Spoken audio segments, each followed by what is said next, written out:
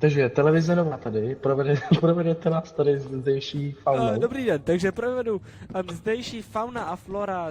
Začneme florou, co vy na to? Máme tady kytky. A to je tak všechno, jinak je to tady mrtvý. Chcete vidět faunu? Tak pojďte za mnou. Tak pojďte dovnitř. Tak, prosím, to je naše fauna. To je naše...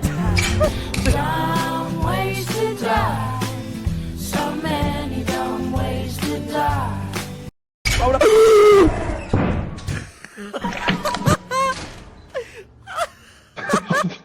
Nebo mi odpadlo z mapy. Já si myslím, že jsem ztratil kolegu.